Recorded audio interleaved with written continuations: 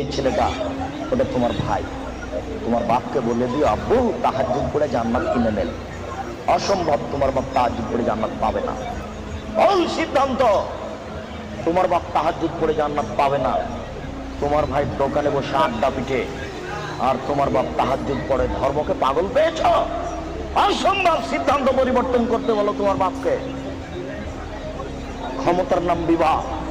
আল্লাহ রাসূল বলেছেন পৃথিবীর মানুষ তোমরা বিবাহ করো না। হে যুবক দল, বিবাহ করলে ক্ষমতা লাগে, ক্ষমতা ছাড়া বিবাহ করো না।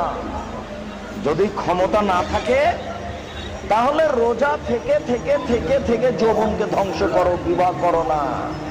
এই ছেলে, তোমার ভাই দোকানে বসে আড্ডা পিটে, আর জবাব আমি দেব? তোমার বাপকে জবাব দিতে বলিও তাহাজ্জুদ পড়ে জান্নাত কিনতে হবে না। আগে ছেলে ঠিক করতে হবে, তারপরে। এই ছেলে, ওই যে তোমার বোন এখনো ল্যাংটা হয়ে ওখানে দাঁড়িয়ে আছে দোকানের সামনে, কাপুরুষ, জবাব আমি দিব কেন? তোমার বাপকে জবাব দিতে বলিও বিচারের মাঠে। তুমি ভেবেছো কি বিচারের মাঠকে তুমি এত সহজ মনে করো? বিচার যেদিন আরম্ভ হবে সেই দিন আল্লাহ প্রথমে বলবেন আল-ইয়াওমা লা তামলিকু নাফসুন লিনাফসিন শাইআ ওয়াল আমরু ইয়াওমাইযিন লিল্লাহ। আজ কোনো মানুষ কোনো মানুষের কোনো উপকার করতে পারবে না, একচ্ছত্র মালিকানা আমার হাতে থাকবে। আমি আল্লাহ বলছি, আজকে কোনো মানুষ কোনো মানুষের কোনো উপকার করতে পারবে না। এই কথা বলার পরে 7 আকাশকে ডান হাতে ধরে ঝাঁকি মারবেন, 7 জমিনকে বাম হাতে ধরে ঝাঁকি মেরে বলবেন আইনাল জব্বার আইনাল মুতাকাব্বির আনা মালিকুল আমলাক। স্বৈরাচারী, স্বেচ্ছাচারী, অহংকারী, বদমেজাজিরা কোথায়? আমি হচ্ছি রাজা বিরাজ। এখন বিচার আরম্ভ হচ্ছে। তুমি মনে করো কি তোমার বাপকে তাহাজ্জুদ পড়ে জান্নাত কিনতে নিষেধ করো?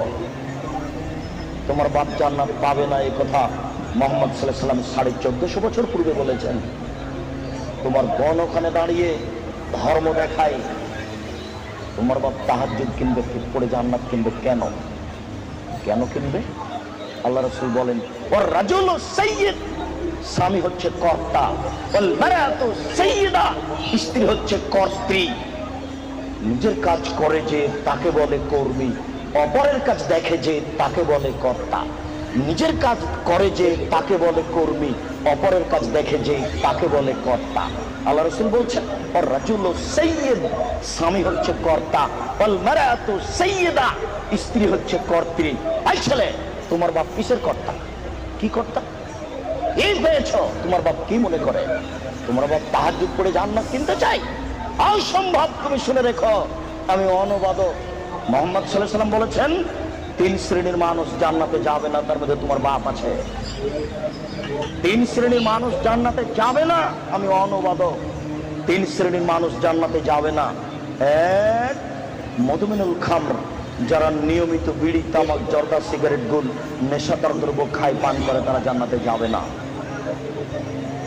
2, আর রাজলাতুন মিনান নিসায়ে, পুরুষের বেশধারী নারী, যারা পুরুষের জুতা স্যান্ডেল পরে, যারা পুরুষের শার্ট প্যান্ট পরে, যারা পুরুষের পোশাক পরে, যারা মাথার চুল ছোট করে, সামনের চুল ছোট করে, তারা জান্নাতে যাবে না। 1450 বছর পূর্বে আল্লাহর নবী এই কথা বলেছেন, আমি অনুবাদক। 3, তোমার বাপ, যে তার বাড়িতে বেহায়াইর সুযোগ দিয়েছো জান্নাতে যাবে না। যে তার বাড়িতে বেহায়াইর সুযোগ দিয়েছো জান্নাতে যাবে না।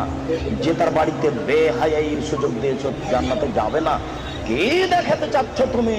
শোনো, তোমার বোন পায়জামা পরে আছে, গেঞ্জি জাতীয় পায়জামা, ওই যে নিচের দিক চিকন হয়ে আছে, উপর দিক মোটা হতে হতে হতে হতে তোমার বোনের রান এতখানি মোটা হয়ে আছে।